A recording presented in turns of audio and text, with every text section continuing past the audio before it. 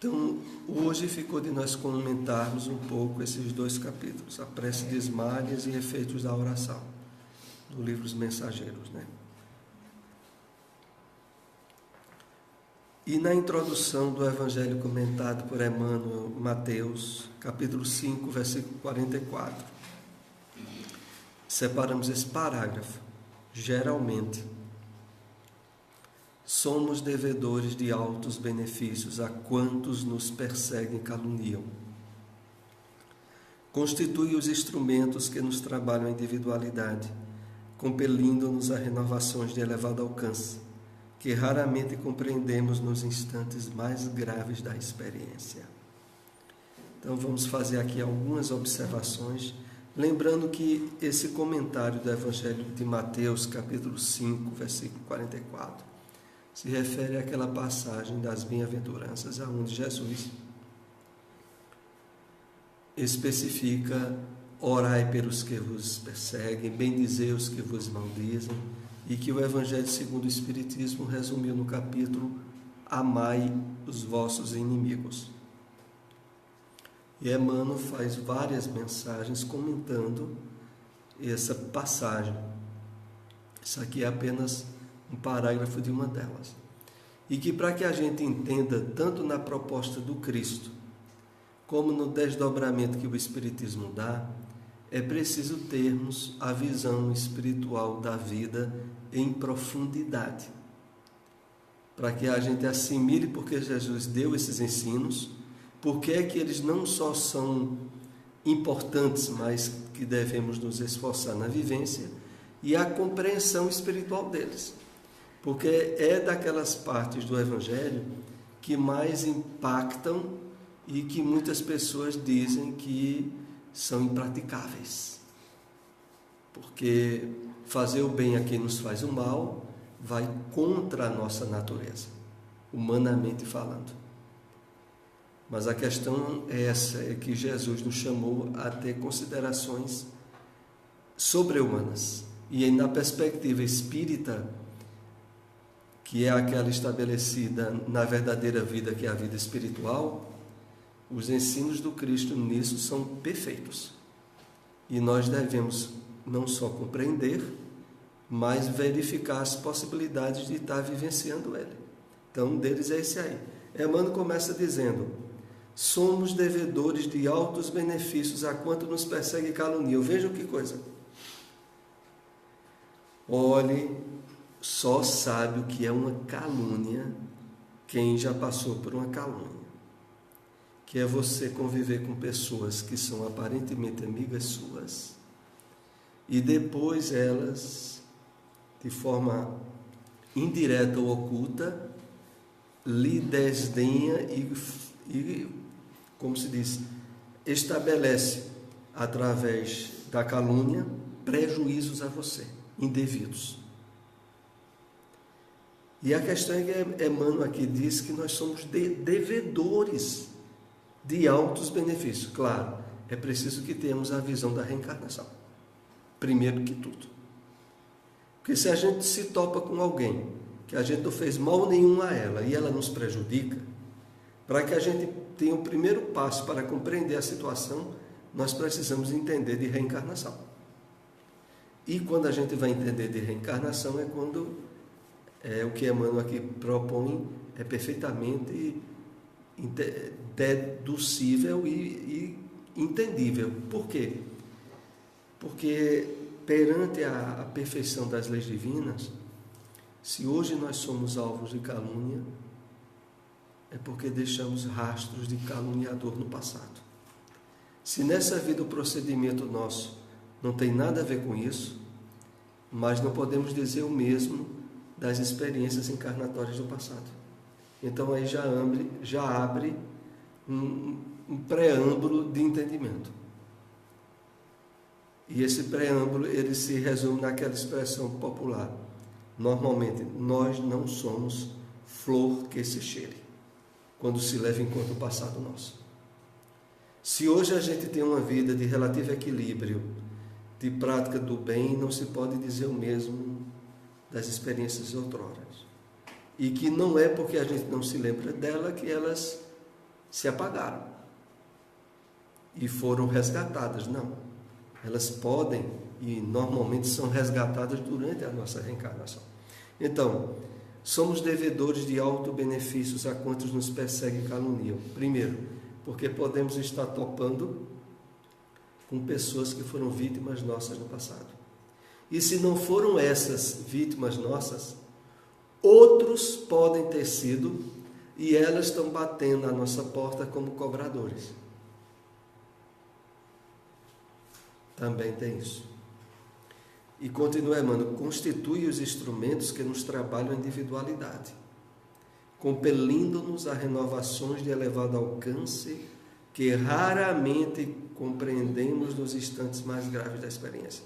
Vamos analisar só essa última parte de forma resumida. Instrumentos que nos trabalham a individualidade. Por quê?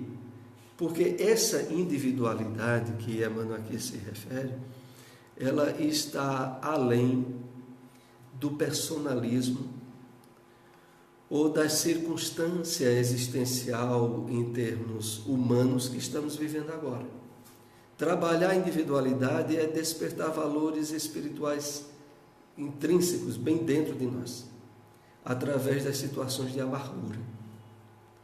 Ainda no mundo de provas e expiações, a grande maioria de nós é mais facilmente tocado e sensibilizado quando passa por dificuldades e provas do que quando passa por facilidades. Então, topar com alguém que nos causa transtorno em determinada circunstância pode ser e é para ser um canal para nos abrir a perspectiva de espiritualidade e de individualidade que não seria aberta de outro modo. E finalizando,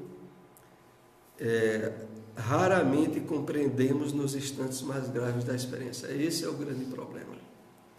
É que normalmente quando essas situações amargosas nos chegam, o nosso ego e o nosso personalismo quer gritar forte, quer espernear, quer dizer que não aceita, e se não tivermos princípios cristãos ou espíritas, vai querer nos levar a pular em cima do outro, daquele que nos causou um prejuízo ou um dano.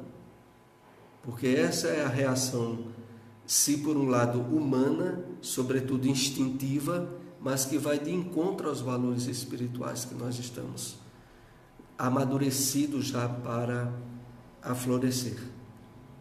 Porque se hoje a gente se identifica com o conteúdo da revelação espírita, é porque, espiritualmente falando, a gente já tem bagagem para despertar para valores mais altos. Os que transcendem o instinto, os valores puramente egóicos ou humanos, e que nos chama aos valores transcendentais, os valores espirituais. Vamos então começar aqui o comentário do capítulo A Prece de Ismael, e logo em seguida estará sendo feito de efeitos da oração. Separamos só poucos itens, só aqueles que nos possibilitam assim, um aprofundamento que não tenha sido feito anteriormente. Conosco, Pai, reúnem-se os irmãos que ainda dormem, anestesiados pela negação espiritual a que se entregaram no mundo. Isso é a prece de Ismael, tá? Uma parte da prece dela. Despertai-o, Senhor, se é de vossos desígnios, sábios e misericordiosos. Despertai-os do sono doloroso e infeliz. Acordai-os para a responsabilidade, para a noção dos deveres justos. Eu separei essa parte porque ela tem a ver com alguns ensinos espíritas que nós sempre precisamos aprofundar mais a compreensão deles. Isso aqui é profundamente ligado à questão do livre-arbítrio. Por quê? No mundo espiritual, no posto de socorro lá de Alfredo, centenas de espíritos sem despertar devido à condição de inconsciência consequência do tipo de vida que tiveram na encarnação. Eles estavam colhendo uma situação, resultado das atitudes que tiveram. E aí viria logo a pergunta: que direito teria os benfeitores espirituais em, através mesmo da prece, querer que eles acordem? Se isso era uma consequência da forma delituosa que eles viveram. Não sei se vocês entenderam. A gente se refere ao fato de que eles estariam se metendo no livre-arbítrio deles. O que eles estavam vivenciando lá não foi consequência do que eles viveram na Terra? Se eles estão dormindo e não participam de pedir preces por eles, haver aquele grupo se reunindo com Ismael e fazendo prece para eles serem ajudados, mas não seria uma intromissão no livre-arbítrio deles? Eu coloquei a questão só para que a gente se aprofunde no seguinte sentido: na Terra e fora da Terra, todos nós evoluímos em conjunto. E não há como não sermos, ao mesmo tempo, influenciados e influenciar os outros. Então, quer nos grupos religiosos, quer fora deles, a humanidade cresce em conjunto. Todo mundo influencia e recebe influência. E o livre-arbítrio nosso tem o limite do livre-arbítrio do outro em relação ao dever. Por quê? Nós só podemos ajudar ou prejudicar alguém se dentro das possibilidades kármicas, se podemos dizer, dele, estejam essa possibilidade de ajudar ou de ser ajudado. Porque se não tiver, é ineficaz a gente querer ajudar eles. E é o resultado que a gente vê nesse capítulo, que a prece só consegue resultado em alguns poucos. A grande maioria, que parece que é 1980, que estavam dormindo nos leitos. Só 2, de fato, despertam em termos de acordar e sair correndo. Que até os espíritos observam e dizem assim: não, mas deixa, aqui é uma área que daqui eles não saem. Depois eles se acalmam.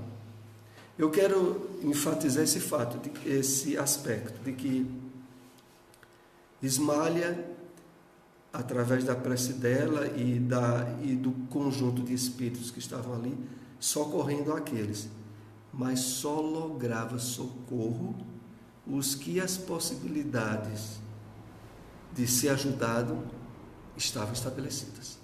Porque a grande maioria continuou lá dormindo, até que oportunamente, mais à frente, eles viessem, chegando o tempo certo de despertarem. De acordo com a necessidade e o merecimento. Na necessidade e o merecimento. Então, o que eu quero dizer isso é que, mesmo que a gente muitas vezes queira muito ajudar alguém, se esse alguém não quiser, e se não houver merecimento, pode arregaçar as mangas, que a sua ajuda não vai ajudá-lo de jeito nenhum. Não vai ter para onde, porque vai prevalecer o livre-arbítrio dele. Então, esse aspecto. Então, Ismália faz essa prece, até por ela ser um espírito bem mais elevado do que os outros que lá estavam. E inclusive, colocando aqui, como ela diz: despertai o Senhor, se é de vossos desígnios. Porque ela não sabia exatamente quais seriam. Sábios e misericordiosos, despertai-o do sono doloroso e infeliz. Acordai-o para a responsabilidade, para a noção dos deveres justos. Porque seria muito bom que aqueles espíritos estivessem ali dormindo agradavelmente. Só que eles não estavam dormindo agradavelmente coisa nenhuma. Estavam tendo pesadelos. Espiritualmente falando, eles estavam em atividade. Quem expressava o fato de estarem dormindo era o corpo físico, o corpo espiritual. Mas o espírito em si mesmo estava agitadíssimo dentro. Perturbado. E Ismália, ainda na prece, ainda toca muito esse aspecto, quando ela diz: também nós, Senhor, que aqui vos rogamos, fomos leprosos espirituais, cegos do entendimento, paralíticos da vontade, filhos pródigos do vosso amor. Também nós já dormimos em tempos idos, nos postos de socorro da vossa misericórdia. Somos simples devedores, ansiosos de resgatar imensos débitos. Então, precisamos entender que essa situação provacional que muitas pessoas têm ao desencarnar, ao voltar ao mundo espiritual, tem a ver com as aquisições evolutivas que elas já fizeram ou não fizeram. E que nós mesmos, como a própria Ismália coloca, já tenhamos sido socorridos. E quiçá não precisemos ser de novo. Porque a situação desses que lá estavam assim, era por terem tido uma vida onde a predominância do egoísmo, do orgulho, de atitudes criminosas envolveram esses espíritos e levaram eles a um nível de consciência de culpa que os impediam de interagir com a realidade do mundo espiritual. É claro que aqui na Terra, mesmo entre nós encarnados, tem muitos espíritos assim. A gente não tem a ideia de quantas pessoas dariam tudo para ter uma noite de sono e não tem, tranquila. Devido a erros graves ou até crimes, a envolvimentos aonde a predominância do vício e do desequilíbrio foi de tal forma que quando vão dormir, só quem aparentemente adormece é o corpo, o espírito fica num nível de perturbação, de desequilíbrios, que só quem vivencia isso é que sabe, mesmo estando aqui encarnados. Então é uma situação que é preciso ser vista pelos dois ângulos. Na prece encontramos a produção avançada de elementos força. Eles chegam da providência em quantidade igual para todos os que se deem ao trabalho divino da intercessão, mas cada espírito tem uma capacidade diferente para receber.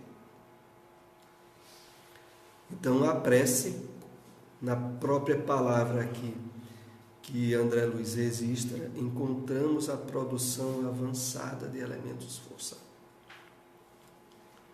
Então é preciso isso, muitas vezes não é alvo de suficiente reflexão entre nós espíritas, de ter a consciência de que na prece a gente está movendo energias de um dinamismo, de um poder que para a espiritualidade é tido como o maior de todos, que a criatura humana encarnada ou não pode exercer, é o uso da prece, pela associação direta que ela possibilita com a interação de outros espíritos afins e que impregnam e fortalecem a prece daquele que faz. Como as vibrações que a gente faz, né? Como as vibrações, exatamente. Eles chegam da providência em quantidade igual para todos os que se deem ao trabalho divino da intercessão. A vibração é um trabalho de intercessão. Só que cada espírito tem uma capacidade diferente para receber. O trabalho nosso, como se diz assim, é de semear. A florescência, a frutificação, se vai dar algo, é com o alto. É com o alto, é de cada um, é com as leis divinas. A gente não tem um controle sobre isso. Mas muitas vezes, mesmo sem eles perceberem, eles já estão sendo ajudados. Mesmo eles estando em sofrimento, sem eles perceberem, há um alívio, sem dúvida. Já chega aquele bálsamo. Aquele bálsamo não está ali presente, não deixa de chegar até aquelas pessoas. Que é muito e registrado principalmente pelos suicidas, como é colocado no livro Memórias de um Suicida, de Ivone Pereira. Essa capacidade é a conquista individual para o mais alto. E como Deus socorre o homem pelo homem, atende a alma pela alma, cada um de nós somente poderá auxiliar os semelhantes e colaborar com o Senhor com as qualidades de elevação já conquistadas na vida. E aqui tem até uma particularidade que é direcionada para nós individualmente falando. Porque aí estava sendo feita análise do poder da prece de Ismalha. Então a prece de Ismalha tinha um poder que a prece dos outros não tinham. Por quê? Devido às conquistas espirituais dela. É por isso que muitas vezes as pessoas, de forma até inconsciente, pedem para que outra pessoa que ela acha que é mais equilibrada moralmente, ore por mim, tal, já porque inconscientemente tem essa dedução que aqui é colocada de forma bem clara por André Luiz, né? Como Deus socorre o homem pelo homem e atende a alma pela alma, cada um de nós somente poderá auxiliar o semelhante com as qualidades de elevação já conquistadas na vida. As múmias, porque não posso dar outro nome aos irmãos que dormem, começaram a dar sinais de vida. Alguns daqueles infelizes deixavam escapar gemidos angustiosos. Outros falavam em voz alta, dando conta dos pesadelos que os atormentavam, como sonâmbulos prestes a despertar. Então, esse é a característica que André Luiz dá para aqueles espíritos. Eram como se fossem múmias. Múmias pelo quê? Pelo fato de estarem absolutamente imóveis e numa condição espiritual que transparecia estarem maltrapilhos, estarem enfaixados, doentes mesmo. Alguns daqueles infelizes deixavam escapar gemidos angustiosos, outros falavam em voz alta, dando conta dos pesadelos que os atormentavam. Aqui eu acho curioso, só por citar isso, porque é pertinente, é de que é preciso a gente entender que os espíritos falam, articulam, não falam pelo pensamento, a não ser os espíritos muito elevados. Mas os espíritos em situações meridianas ao redor da Terra, eles usam a linguagem articulada. Isso significa que há dificuldades linguísticas ao redor da Terra, que é por isso que tem a questão do espiritismo associar um incentivo do estudo do Esperanto, porque tem a ver com o fato real de que no mundo espiritual, do mesmo modo que na Terra, há problemas quando, por exemplo, alguém se perde em um país que não sabe a língua e que precisa de alguém que intermedie para que ele possa ser ajudado mais adequadamente. Pode-se deduzir que ao redor da Terra, em termos linguísticos, as dificuldades continuam. E tem outra coisa que muitos espíritas talvez até ignorem, que é importante a gente lembrar. As divisões religiosas continuam. Viu? Não pense que porque desencarnou que se torna espírita, não. Continua católico. E continua evangélico esperando que Jesus venha arrebatar. Do mesmo modo. Então é... Você falou, senhorinha, que é para missa. Eu acho que é nesse, né? Não se sabe só ser missionário. Ela ia para missa? Também. Não vai para Então veja, porque tem pessoas que dizem que não acreditam em Deus e continuam sem acreditar. mas no fundo acreditam. Hã? Aí quando essas pessoas desencarnam, elas estão no plano espiritual. Então no plano espiritual continuam sem acreditar. A questão é que dependendo do nível de problemas que elas possam ter criado, pode estar nessa situação desses que estavam aqui adormecidos. E que muitas vezes podem reencarnar sem nem acordar no plano espiritual. Porque também existe isso. A questão toda é que para estar no mundo espiritual, em condições de interagir é preciso já ter despertado certo nível de possibilidades e sensibilidades a lidar com a matéria mais sutilizada. Muitos não têm. Então, é por isso que eu me referi à questão do esperando, porque tem muita gente que acha que, quando morrer, a linguagem que eu vou usar é do pensamento. Você vai ter que ser bem elevado para você estar usando a linguagem do pensamento, entender a dos outros e os outros lhe entender. Porque não vai usar a linguagem do pensamento. Vou chamar você do suor. Você chama o suor, procura o suor. Vocês que procurem aprender Esperanto para se virar.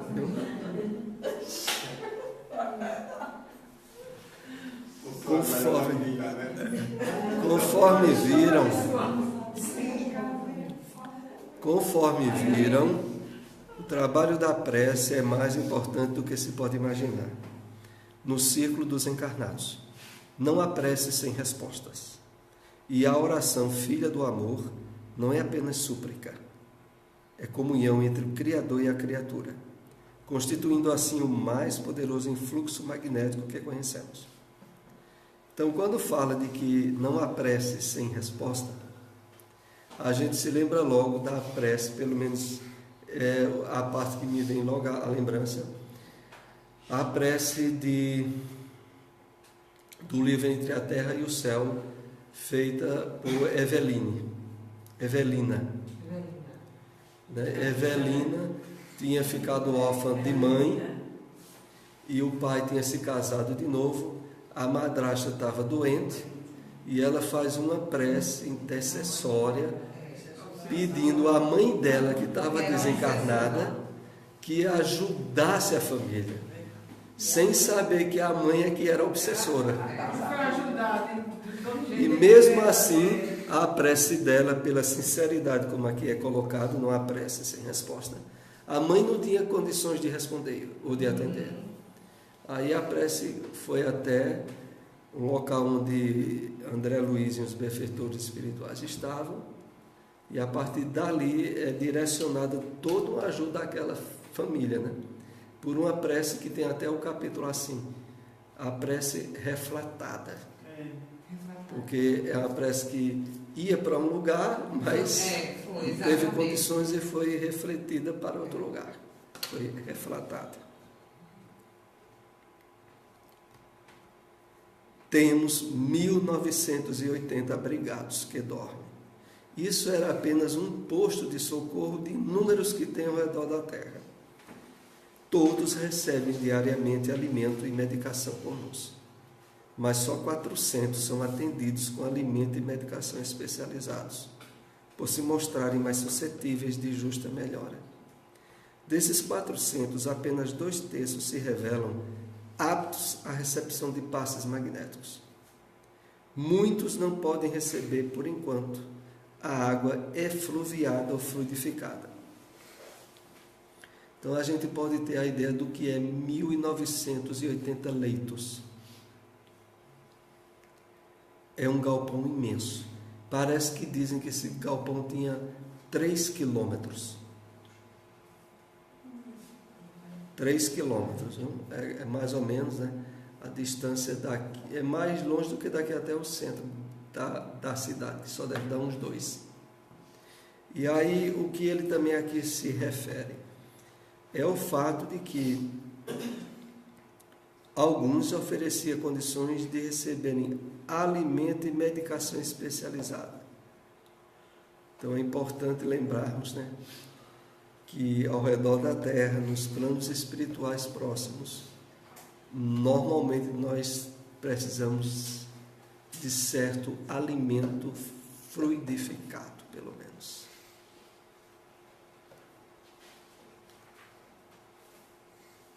Não precisa nem falar de que todos nós espíritas temos que educar nossa alimentação, Segundo Humberto de Campos, não é segundo Soares, não. Porque se lá precisa de alimento e esse alimento não corresponder ao alimento que a gente esteja condicionado na Terra, a gente pode ter dificuldades. Porque a gente vai querer um alimento que lá não seja possível ter. Já que iniciam um trabalho de cooperação fraternal, não esqueçam esta lição. Façamos todos o bem, sem qualquer ansiedade. Semeemo-lo sempre e em toda parte, mas não estacionemos na exigência de resultados. Aqui é importante fazermos algumas considerações. Primeiro, o fato de que, na medida em que a doutrina espírita nos propele à prática da caridade, a fazer o bem, ela nos habilita a que a gente se torne, de fato, eficaz, intermediários do bem que procede do mais alto. Isso é muito importante, porque quando a gente se sente que é intermediário, que não é o doador, é apenas o que está intermediando, a gente deixa de ficar ansioso por resultados ou até mesmo querer algum tipo de retribuição, o que já anularia a qualidade do bem que a gente faça. Então, façamos todos o bem sem qualquer ansiedade. Significa, façam de forma desprendida, como intermediário do bem que procede do mais alto. Semeemos sempre em toda parte, mas não estacionemos na exigência de resultados. Fazendo aqui apenas uma consideração sobre semeemos sempre e em toda parte, tem a ver com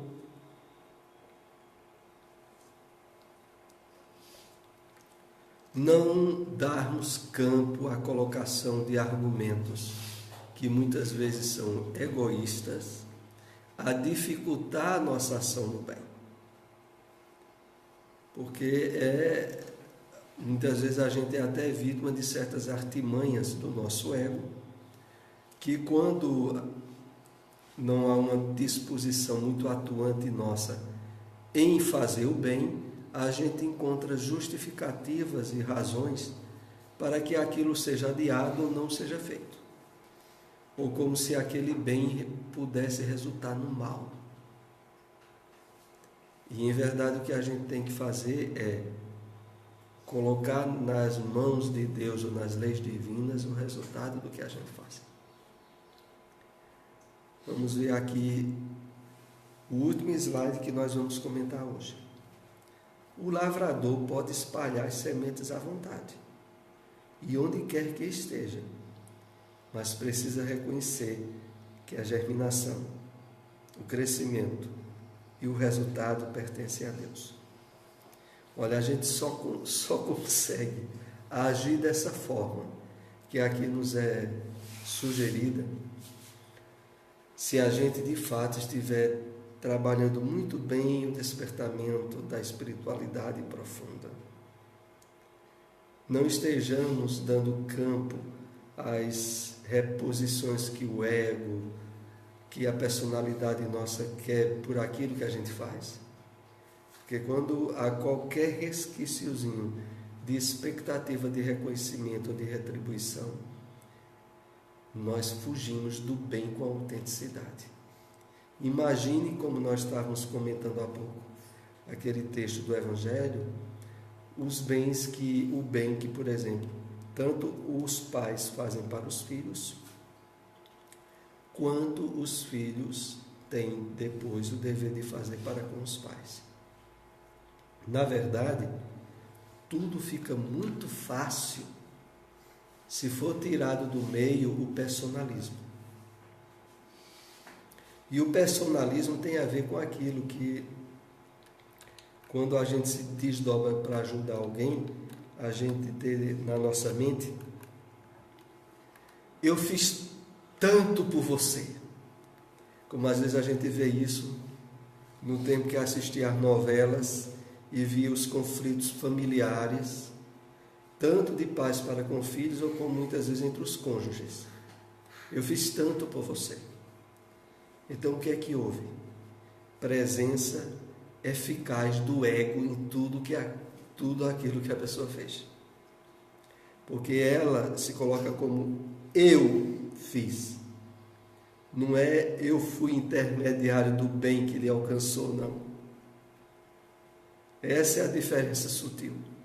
E que é geradora de tanto sofrimento e tanta dor quando não é levado em conta os fatores espirituais. Então é preciso reconhecer que a germinação, o crescimento e o resultado pertencem a Deus. Toda a atitude nossa, de fato assim, genuinamente caridosa ou cristã, ela é diretamente proporcional à ausência do personalismo nosso. De a gente se colocar como eu fiz. E sim, eu intermediei, né? Temos aí ainda uns 3 minutinhos. Alguém tem alguma pergunta? Não, né?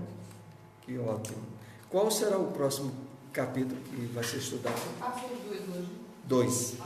Isso aí já é o seguinte. 26 e 27. Qual é o título do 26? Ouvindo seguidores. Ah, certo. E o 27, o caluniador. Sim. Estava falando em calúnia, né? Então, o caluniador. Isso é quando o povo, os seguidores, eles começam, né, a perceber o motivo desses seguidores. E esse caso aí tem a ver, parece que é O Ismael, né? com o Ismael. O Ismael. O caluniador. É. Exatamente. O caluniador que foi o porta-voz do casamento de Alfredo ter se acabado.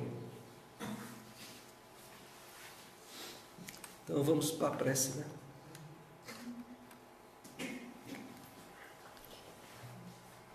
Amado